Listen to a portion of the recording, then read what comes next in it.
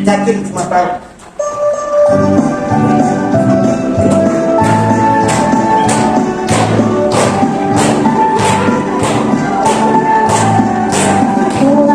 Pancasila beriman dan bertakwa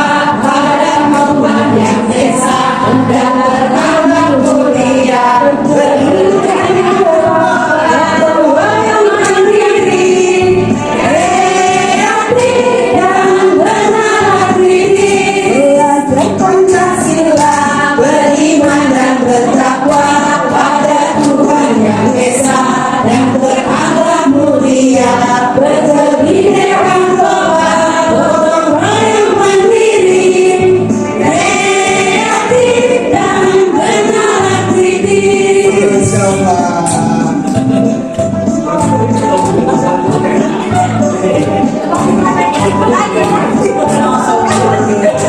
Belajar Pancasila beriman dan bertakwa pada Tuhan Yang Esa dan berakhlak mulia,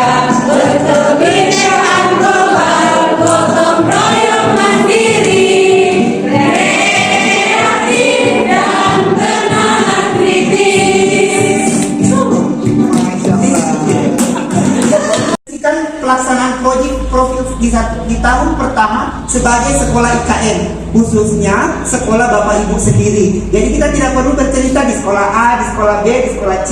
Kita berbicara terkait dengan bagaimana proyek P5 di sekolah kita. Kemudian yang kedua, menganalisis miskonsepsi pelaksanaan proyek penguatan profil pelajar Pancasila di satuan pendidikan. Miskonsepsi itu adalah masih apa sih yang menurut kita sebenarnya ada kesalahan, tidak sesuai dengan yang sebenarnya yang kita lakukan. Ini, jadi kita sama-sama menganalisis apakah ada ditemukan miskonsepsi pelaksanaan P5 pada tahun pertama, tahun yang kemarin. Saya lihat kan di sini proyek P5-nya kemarin ada kayaknya buat gula merah kalau nggak salah. Ya. Oke, nanti kita lihat sama-sama. Kemudian merancang asesmen proyek yang efektif yang menyasar profil pelajar Pancasila. Nah, nanti kita sama-sama nih bagaimana kira-kira merancang asesmennya sesuai dengan tema yang Bapak Ibu telah pilih. Makanya kita tidak perlu ke yang lain, kita khusus di sekolah kita. Kemudian mengoptimalkan kegiatan proyek penguatan profil pelajar Pancasila yang berdampak kepada murid. Tentunya nanti kita bisa melihat, oh kalau tema ini kira-kira dampaknya apa ini.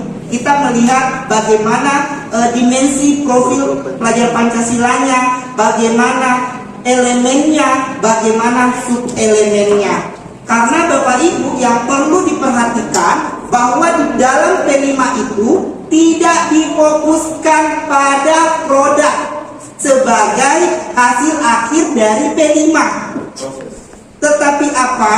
Tetapi pada pencapaian elemen dan sub-elemen dari dimensi yang Bapak pilih. Oke? Ingat kan tadi ada dimensi kita belajar ya? Sama-sama tadi penyanyi. Ada 6 dimensi. Nah, yang mana elemennya, yang mana sub-elemennya, itulah sebenarnya yang menjadi tujuan kita.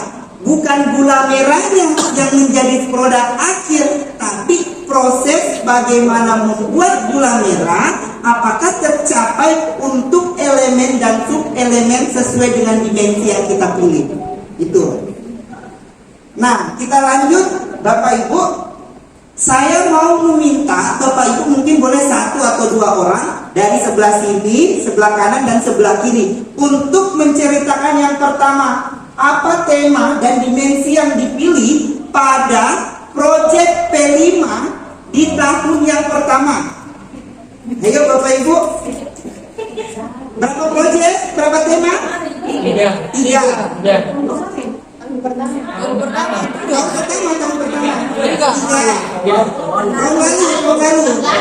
Tahun pertama ini kan tahun kedua. Tahun pertama. 3. 1. Kearifan lokal yang pertama ya. Yang kedua.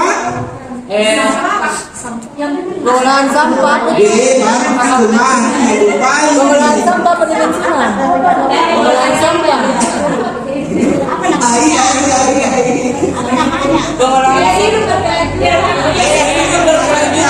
Yang ketiga.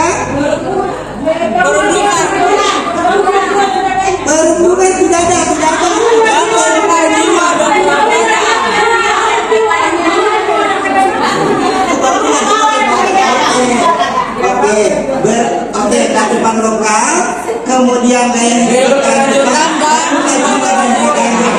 Oke. Sekarang apa hal menarik yang ditemukan selama proses persiapan dan pelaksanaannya?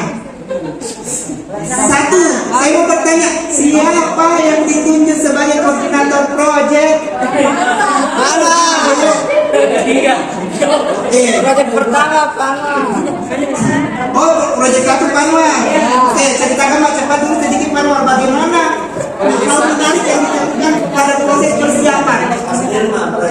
Bapak Ibu begini, jadi untuk penentuan koordinator proyek, oke, tunggu dulu. Untuk penentuan koordinator proyek itu memang boleh satu saja untuk semua kelas paralel. Boleh setiap satu tema satu koordinator proyek itu boleh disesuaikan dengan kebutuhan sekolah sesuai dengan sumber daya yang ada. Jadi seperti itu. Kalau misalnya proyek satu tadi Panwar, mungkin bisa ceritakan dulu Panwar bagaimana proses persiapan tak kearifan lokal, kayaknya gula merah nih. Iya. Bagaimana persiapannya kemarin? Pada saat itu awalnya ketika kita memasuki kurikulum merdeka itu hampir mungkin kami di UPTS di satu bidang itu belum punya pengalaman terhadap itu. Apalagi kami juga sekolah ini tidak masuk sekolah penggerak, sehingga pengalaman itu tidak sama sekali kami dapatkan itu dari platform Merdeka Mengajar itu. Kami pelajari itu dan setelah itu kami ramu, kami tentukan temanya itu adalah tentang kearifan lokal yang kita lihat bahwa di sini di Jeneponto itu bulan dasarnya itu adalah pohon lontar, sehingga itu yang kami diskusikan dan alhamdulillah itu yang disepakati untuk pembuatan gula merah. Berapa kegiatannya Pak, aktivitasnya? Aktivitasnya itu kalau tidak salah selama 3 bulan. Berarti sistem blok ya Pak? Sistem sistem blok. Ya, sistem blok. Oke, terima kasih Pak Anwar. Ya. Kemudian Pak Sudirman, apa tantangan yang kita hadapi pada pelaksanaan proyek? Kita mau belajar. Kesalahan.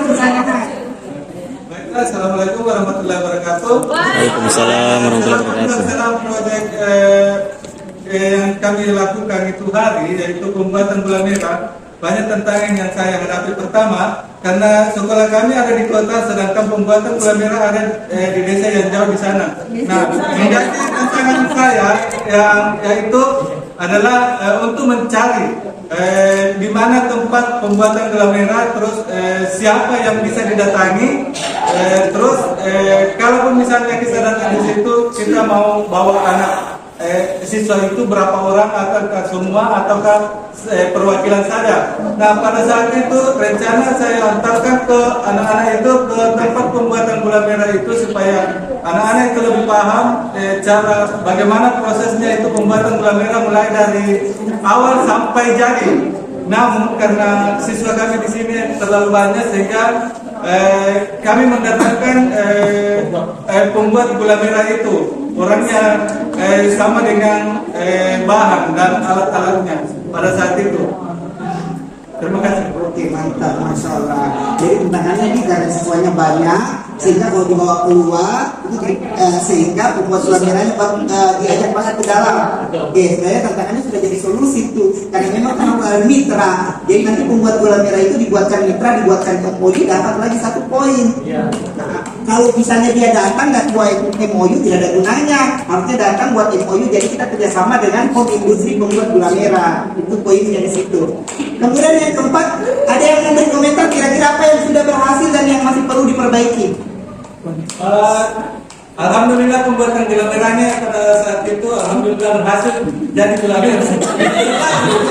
Yang harus diperbaiki itu Kita jadi agak lagi. berhasil jadi gula merah. Udah jadi belu gitu. Kalau gaya hidup berkelanjutan apa Muta? Oh, pengolahan sampah. Oke. Kalau bangun lagi jiwanya, bangun badannya, apa?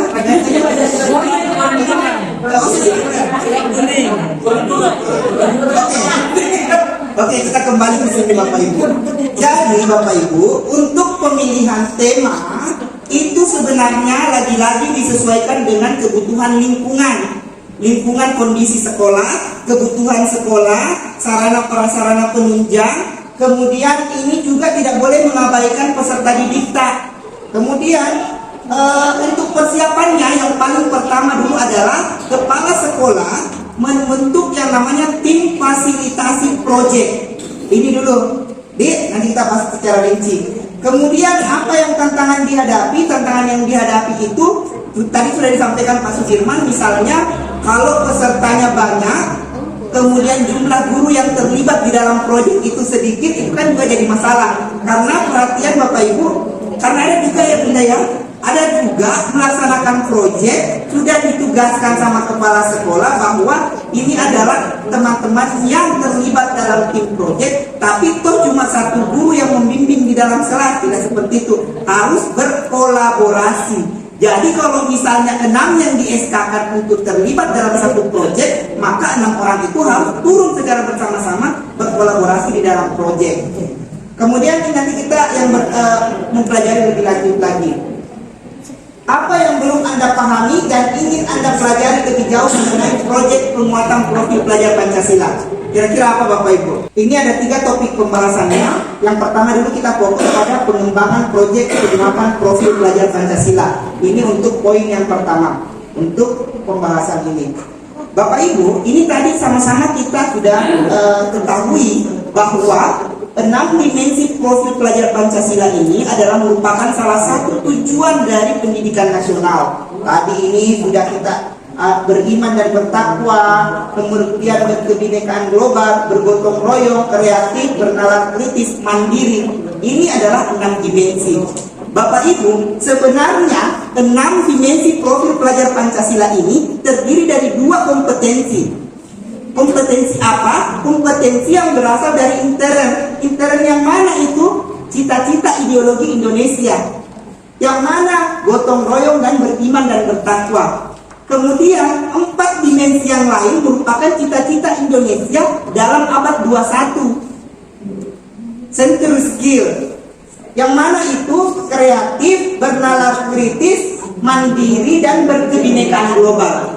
Jadi harapannya sebenarnya Kemendikbud, murid kita itu jauh lebih unggul dibanding dengan murid-murid yang ada di dunia. Kenapa? Karena kalau dunia dia hanya berbicara terkait dengan 4C, critical thinking, apalagi ini kan, tetapi dia tidak ada apa? Tidak ada ideologinya terkait dengan gotong royongnya, berimannya. Kan orang luar tuh tidak beriman kan? Tidak agama bebas. Maksudnya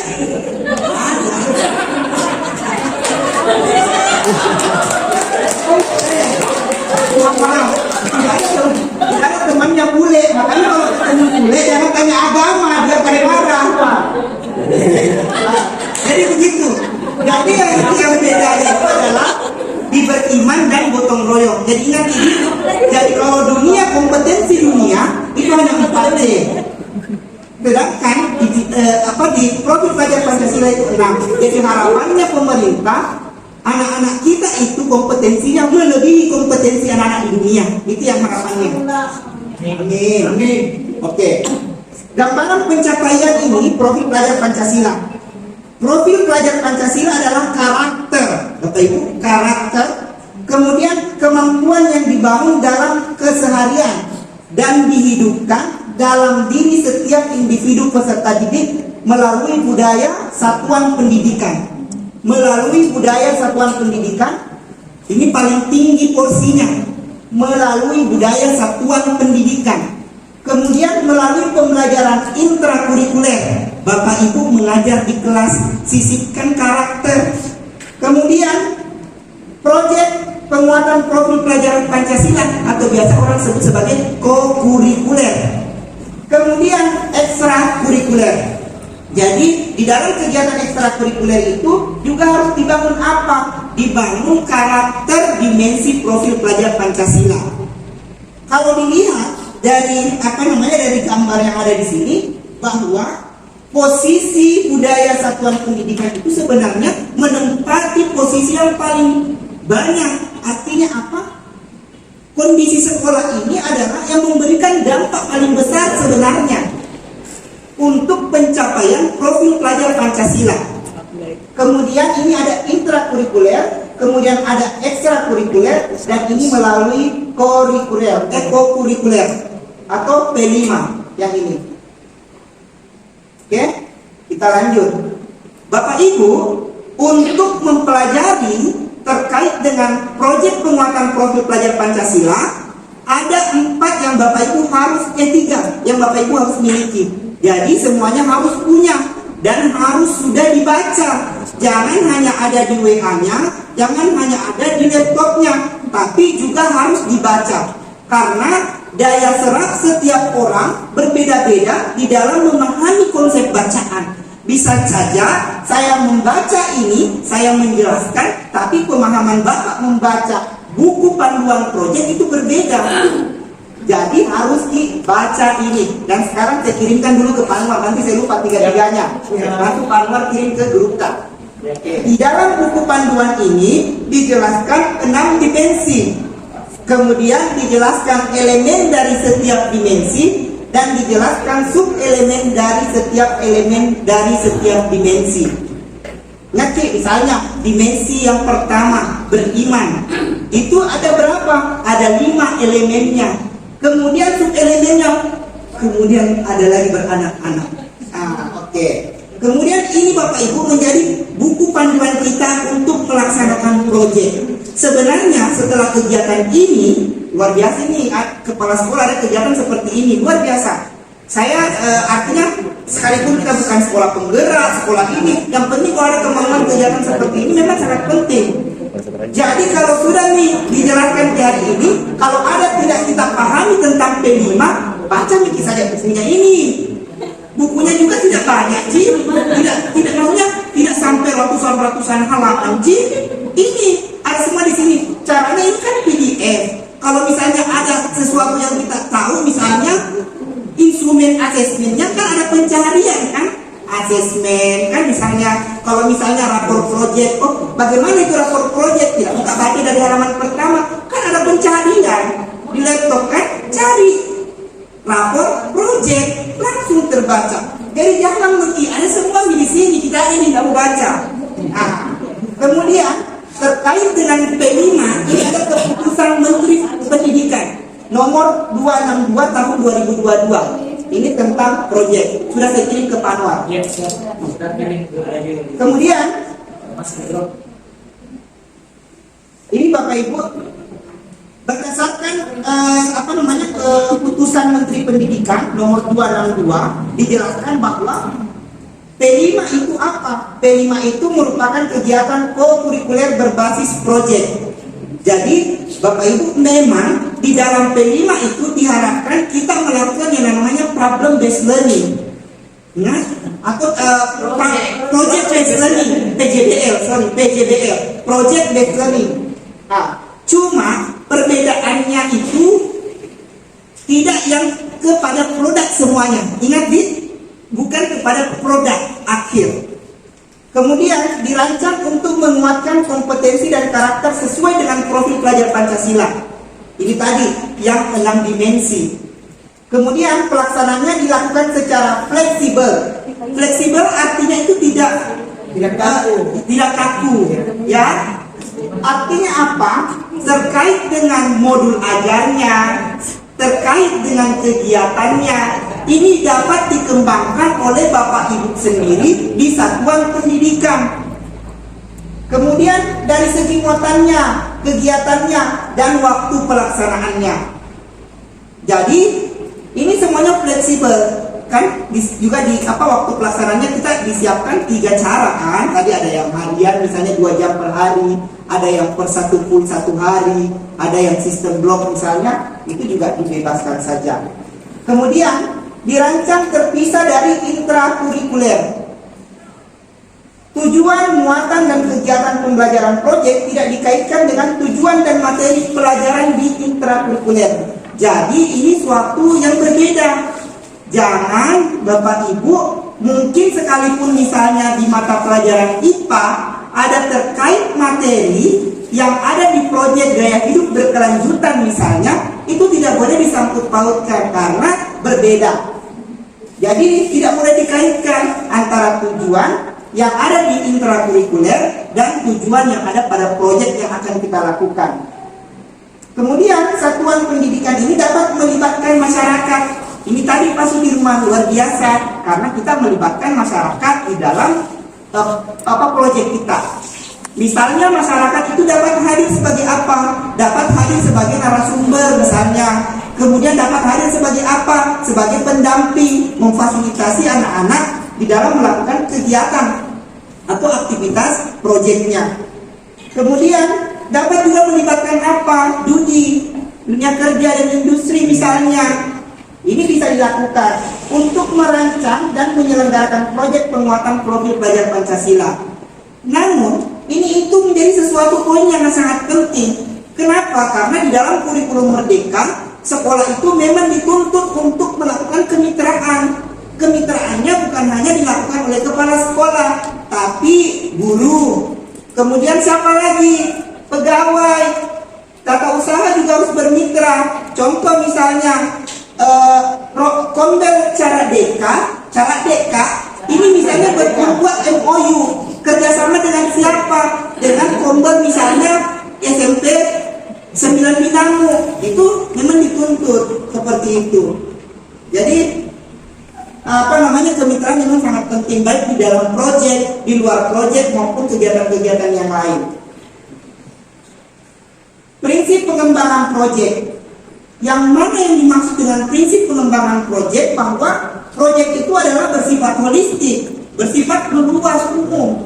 Kemudian dia bersifat kontekstual. Artinya apa? Kontekstual itu artinya nyata dilakukan anak-anak.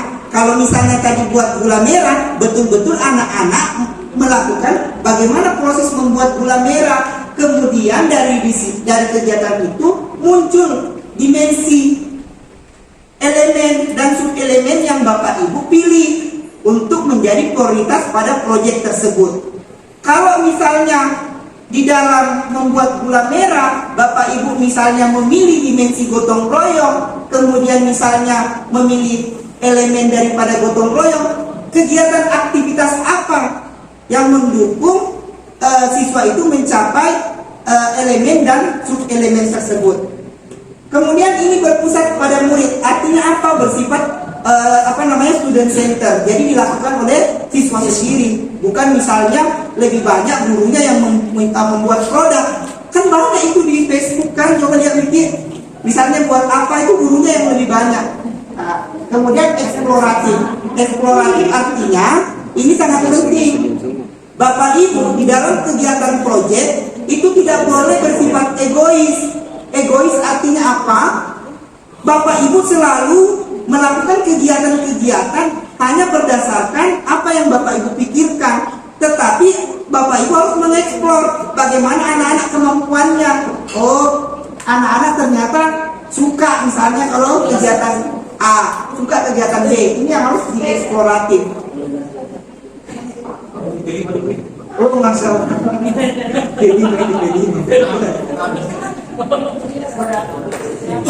Oke, Bapak Ibu kita masuk ke yang ini agak sedikit ini yang penting dari alur perencanaan proyek profil P5. Yang pertama yang harus dilakukan adalah membentuk tim fasilitasi proyek penguatan profil pelajar Pancasila. Jadi kepala sekolah ini menyusun tim fasilitator proyek. Tim ini berperan merencanakan dan melaksanakan kegiatan proyek untuk seluruh kelas. Jadi untuk seluruh kelas artinya apa? Yang ini itu adalah tim inti. Dari tim inti ini nanti akan dipilih yang mana yang akan menjadi koordinator proyek. Untuk menjadi koordinator proyek tadi di awal saya sampaikan bahwa disesuaikan dengan kebutuhan kondisi sekolah. Kalau misalnya kita memiliki sumber daya guru yang banyak, berarti kita bisa setiap tema itu berbeda koordinator proyeknya. Bisa juga setiap level tingkatan berbeda tergantung dari kebutuhan potensi sekolah kan ada juga sekolah kan gurunya sedikit tak 11 G. Jadi yang bilangnya yang itu nanti yang lainnya itu masuk sebagai tim project. Kemudian yang kedua, mengidentifikasi tingkat kesiapan satuan pendidikan. Kepala satuan pendidikan bersama tim fasilitator ini merefleksikan dan menentukan tingkat kesiapan satuan pendidikan. Yang mana itu tingkat kesiapannya itu tadi yang di awal saya sampaikan, sarana prasarana pendukung, ya semua yang mendukung untuk kita melaksanakan proyek. Kemudian merancang dimensi, tema dan alokasi waktu proyek penguatan profil pelajar Pancasila. Jadi tim fasilitasi ini menentukan fokus dimensi profil pelajar Pancasila dan tema proyek serta merancang jumlah proyek beserta alokasi waktunya. Kalau kita berada di fase D, itu di SMP, kan kita minimal ya Bapak Ibu, minimal itu 3 proyek dalam 1 tahun. Boleh kurang, tidak bisa, lebih boleh. Kemudian nanti untuk memilih temanya itu, yang memilih siapa, yang berkoordinasi di awal dulu itu adalah tim fasilitasi proyek. Kita pilih tema kearifan lokal, kita pilih gaya hidup berkelanjutan, kemudian kita memilih bangunan jiwanya. Kemudian ditentukanlah, dibagi kira-kira siapa saja guru-guru yang terlibat di dalam proyek kearifan lokal, siapa yang di gaya hidup berkelanjutan, dan siapa yang di proyek yang ketiga. Setelah itu, tim fasilitasi proyek ini itu menentukan apa? Menentukan dimensinya. Kalau misalnya kearifan lokal, saya memilih 2 dimensi. Contoh, 2 dimensi. Yang mana yang dimensi yang dipilih? Misalnya contoh bergotong royong dengan mandiri. Ini contoh saja ya. Kalau memiliki dimensi itu minimal 2. Jangan komit terlalu banyak. Kenapa? Karena akan membuat Bapak Ibu repot di dalam menyusun rapor proyek. Kenapa hanya 2 dimensi? Karena lihat, 1 dimensi saja ada beberapa elemen. Dari beberapa elemen ada lagi beberapa subelemen, dan semuanya itu nantinya akan masuk di dalam rapor. Jadi Bapak Ibu nanti boleh memilih dimensi. Dari 6 dimensi itu minimal 2. Mungkin 3 juga boleh. Tapi kalau Bu Risma ada 2 mau pilih. Budanya. Kenapa? Karena repot Ki. Kalau terlalu banyak dimensinya. Kalau banyak juga dimensi yang kita pilih, maka Bapak Ibu harus juga mempersiapkan instrumennya. Oke, kita lanjut. Menyusun modul rencana pengajaran proyek. Ini tadi ya, tim fasilitasi menyusun modul proyek sesuai tingkat kesiapan satuan pendidikan dengan tahapan umum, menentukan subelemen, menetapkan topik, alur dan durasi proyek serta mengembangkan aktivitas asesmen. Contoh gaya hidup berkelanjutan, daur ulang apa tadi? Sampah ya? Sampah. Ini kan misalnya kita pilih tema itu, kemudian kita buat modul proyeknya, kemudian kita pilih elemen dan subelemennya. Bapak Ibu, yang ada di pemikiran Bapak Ibu semua pada saat melakukan gaya hidup berkelanjutan, tema yang kedua, pasti berpikir, wah harus ada produk. Makanya pilih daur ulang itu. Itu kan? Itu yang ada di kepala kan? Sekarang ini kita ini selalu begitu. Kira-kira apa dia? Ada produknya, itu mau dipilih.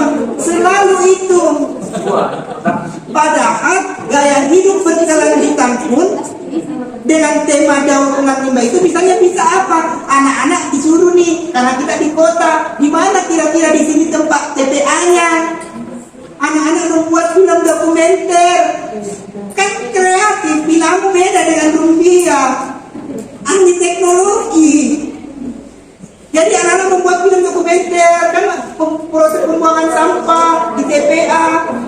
tidak usah membuat lagi produknya. Itu kan jadinya lebih keren. Produknya pun ada sebenarnya apa? Video, suruhnya anak ngasih upload di YouTube-nya.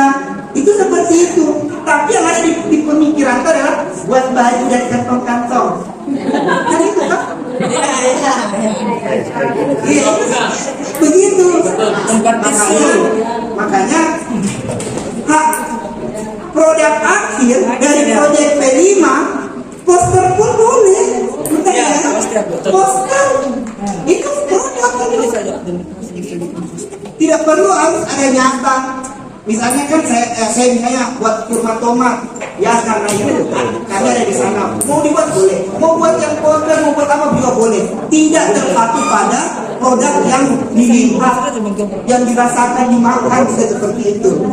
Kemudian yang terakhir, merancang strategi pelaporan hasil proyek. Ini nanti tim fasilitasi proyek merancang strategi pengolahan dan pelaporan hasil proyek.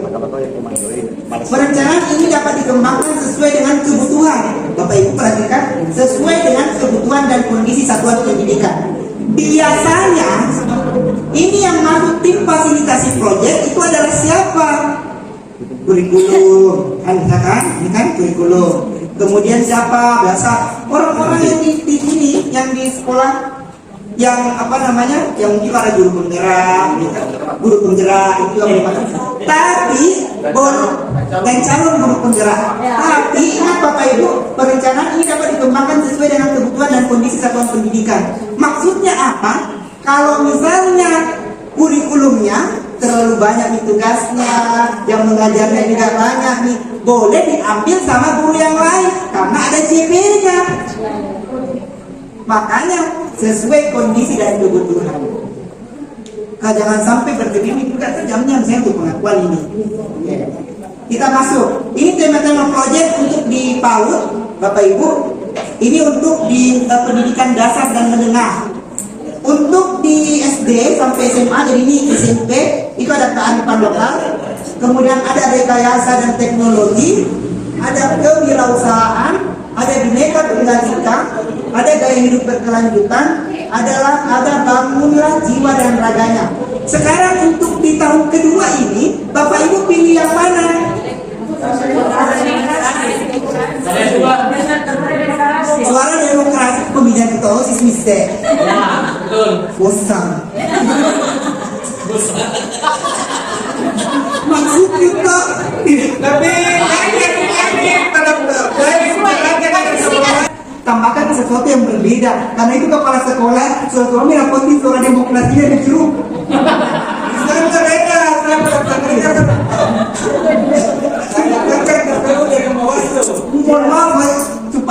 mohon maaf saya tidak ada supaya tertantang berpikir kira-kira apa nih suara demokrasi yang berbeda nih. Misalnya SMP 7 sudah minta di KPU, nah posting nih, bikin di surat kabar buat yang berbeda. SMP-nya ada sungguh, KEK, mau baju bodoh pemilihan ini ada nih orang semua. Jadi itu harus kita pelajari, cari kira-kira apa something new, apa yang terbaru dari kita. Itu maksudku, supaya nanti pantasan karena sudah itu pelatihan P5.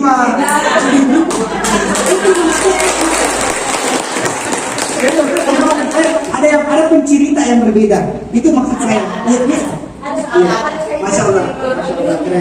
Iya, berarti masih di proyek 1 di soal demokrasi. Yang proyek kedua apa kabe? Oh, bineka tunggal ika, Masya Allah keren. Saya justru itu waktu tahun pertama ini dijadikan proyek pertama saya bineka tunggal ika karena karakter anak-anak di sana kan sangat ini. Tidak ada produk akhir, ukuran lagi poster-poster tidak ada. Jadi anak-anak nanti buat poster, tidak ada. Makanya orang saya bilang, kita sekolah penggerak buat poster, yang lain buat ini, gitu waktu itu. Karena ini memang, kalau ini memang dianggap penting, di karakter ini sangat penting. Yang ketiga tadi apa? Berlebih. Oh iya. Tadi itu harus ditentukan memang. Kenapa harus ditentukan memang?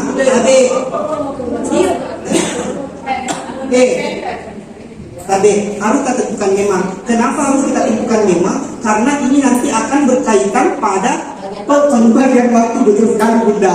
Jangan sampai habis waktu di sini terpakai dapat di proyek yang membutuhkan waktu lama, gimana waktunya? Bagaimana? Iya, karena waktunya yang 360 JP itu tidak dibagi rata.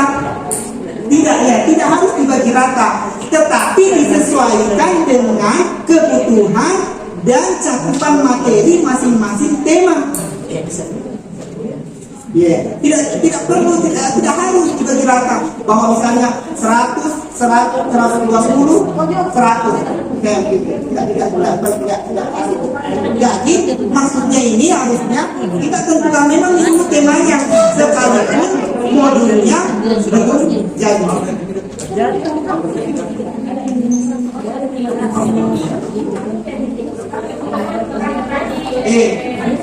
Kalau mau keren, kasih ide. Kalau mau keren, Siap. tidak ada ide foto. Rekayasa, betul. Tidak ada ide. Pertama ambil, tahu ya? Kalau mau keren, seperti itu saja.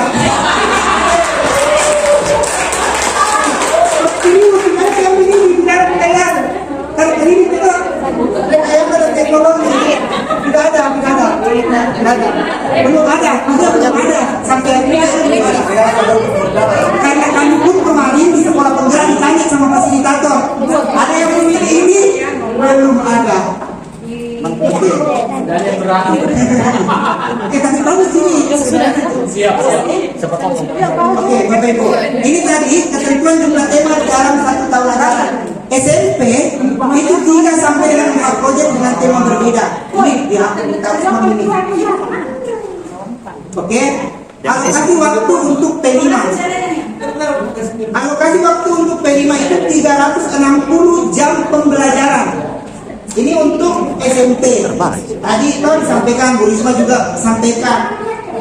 Tidak harus dibagi habis kepada 3 tema yang Bapak Ibu pilih atau 3 proyek yang Bapak Ibu pilih. Pelaksanaan proyek penguatan jenjang PAUD. Alokasi waktu. Oke, kita lanjut sini.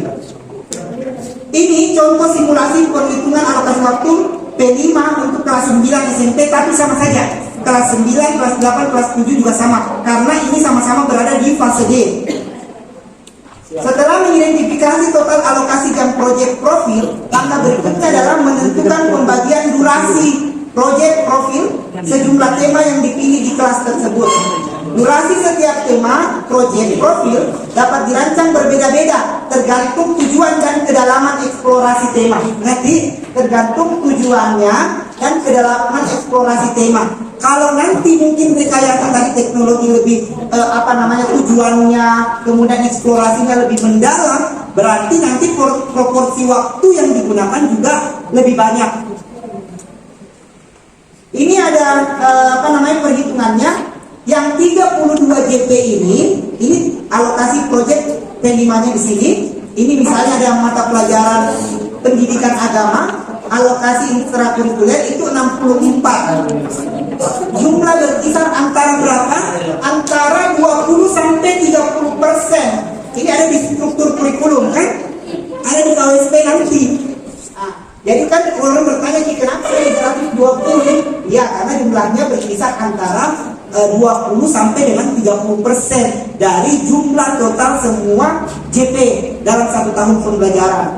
Jadi ini misalnya 32. Totalnya berapa? Totalnya 320 JP. Total JP ini untuk SMP yang akan dibagi sekurang-kurangnya ke 3 proyek. Jumlah ini berbeda di setiap fase atau jenjangnya. 320 JP ini tidak perlu dibagi rata tadi ke masing-masing proyek, namun bisa disesuaikan dengan tujuan dan kebutuhan masing-masing proyek. Prinsip perhitungan ini sama dengan jenjang lain dengan perbedaan pada total JP dan jumlah proyek yang akan dirancang. Jadi Bapak Ibu diperhatikan, ini totalnya adalah 320 jam pembelajaran untuk P5. Ini kita bagaimana membagi waktu. Contoh misalnya, ini ada contoh di sini. Proyek satunya itu adalah dia temanya kearifan lokal. Kemudian proyek 2, dia temanya Bhinneka Tunggal Ika. Proyek 3, temanya itu adalah kewirausahaan. Kemudian di tema pertama ini dia mengambil 2 dimensi. berkebinekaan global, dan bergotong royong. Sedangkan di proyek kedua atau tema kedua itu 3, bineka global, bergotong royong, dan bernalar kritis. Di tema ketiga itu bergotong royong dan bernalar kritis. Bagaimana alokasi waktunya? Alokasi waktunya proyek 1 dia cuma 80 JP. Kenapa? Karena mungkin eksplorasi materi konsepnya itu tidak terlalu padat di sini. Juga apa? Juga karena dimensinya cuma 2. Iya, cuma 2. Bagaimana kalau 3? Kan kalau 3 banyak topik karena banyak pemasaran. Jadi dia di sini menempatkan alokasi waktunya 140 JP. Sedangkan yang untuk kewirausahaan dia 100 JP.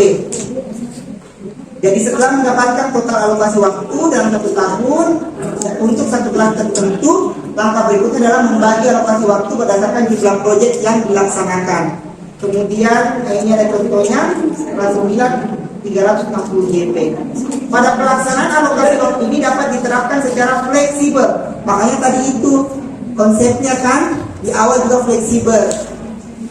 Menggunakan sistem harian.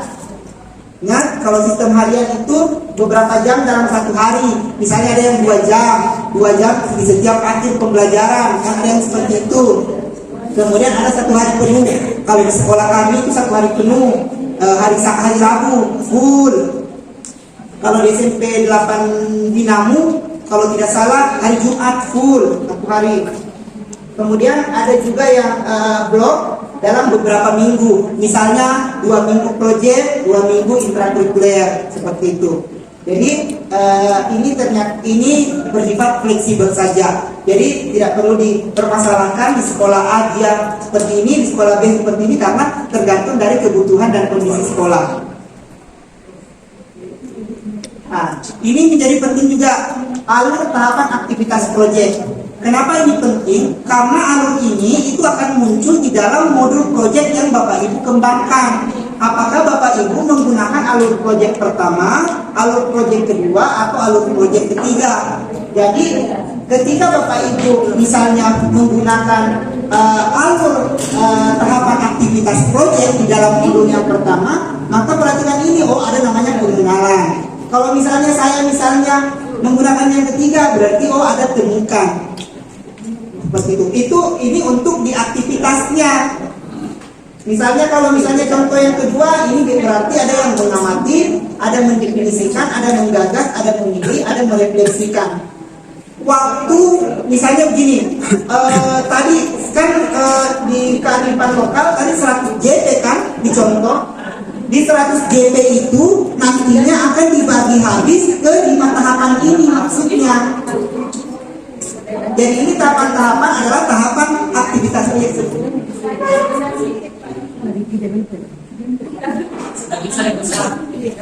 Pakai PowerPoint Kak. Kan diambil materinya.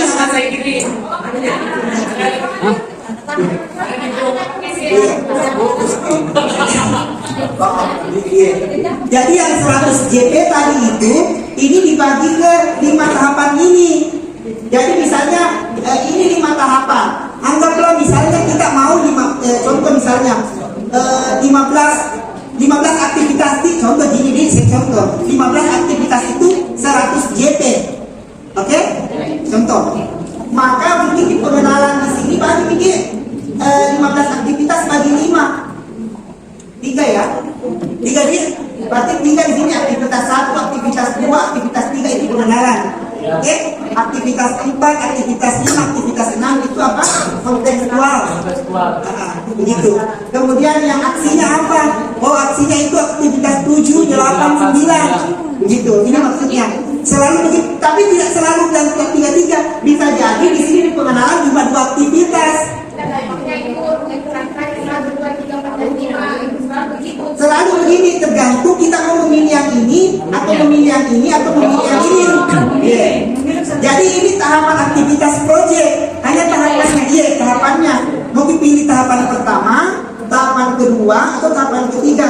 Ini saya ambilkan tadi contoh bahwa tadi di kearifan lokal di contoh yang tadi itu di slide sebelumnya ada 100 JP. 100 JP ini mau dibagi habis di proyek 1 di 5 tahapan aktivitas. Iya. Jadi mungkin di sini mungkin ada 2 kegiatan kan, di proyek itu ada kegiatan 1, kegiatan 2 kan, kegiatan 3 dan seterusnya. Contoh misalnya 100 JP tadi dibagi 15 kegiatan. Nah, nanti kalau dibagi 15, mungkin saya cuma kasih contoh simpelnya dibagi 5 misalnya coba-coba 3 gitu. Tapi ini bisa jadi aksinya lebih banyak, aktivitasnya seperti itu. Yeah. Situ kan ada contoh 1, 2, 3 kan? 1, 2, 3 contohnya. Ada nggak plus minusnya gitu? Yang paling umum digunakan di sekolah-sekolah saya lihat ini yang pertama yang ini yang paling, karena paling apa? Asal plusnya itu pasti ada rasa. Iya, kenapa? Karena ini kan anak-anak pengenalan dulu. Anak-anak belum tahu apa sebenarnya itu misalnya proses pembuatan gula merah. Jadi ini tahap pengenalan. Makanya di awal itu biasanya guru-guru semua yang terlibat proyek di kelas yang sama memaparkan bahwa anak-anak selama 16 kali kegiatan kita akan belajar proyek. Temanya ini itu tahap pengenalan namanya. Biasanya lebih ke sini. Aksinya apa? Aksinya itu biasa di sini pembuatan gula merahnya nih. Iya, dan nanti dia akan refleksi, oh ternyata proses gula merah apa kelebihan kekurangannya seperti itu. Memang orang cenderung ke sini tuh. Di sekolah kami juga menggunakan yang ini, tahapan yang ini. Kalau yang ini itu dia lebih ribet.